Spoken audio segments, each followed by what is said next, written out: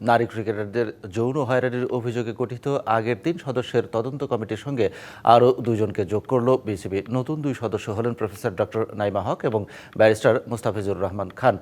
বুধবার সন্ধ্যায় বিজ্ঞপ্তির মাধ্যমে এই তথ্য জানায় দেশের ক্রিকেটের সর্বোচ্চ সংস্থা তদন্ত কমিটিতে যুক্ত হওয়া ডক্টর নাইমা হক ঢাকা বিশ্ববিদ্যালয়ের আইন বিভাগের সাবেক চেয়ারম্যান ও বাংলাদেশ আইন কমিশনের বর্তমান সদস্য, আর ব্যারিস্টার মোস্তাফিজুর রহমান খান বাংলাদেশ সুপ্রিম কোর্টের senior advocate barrister Mohammad Mostafizur Rahman.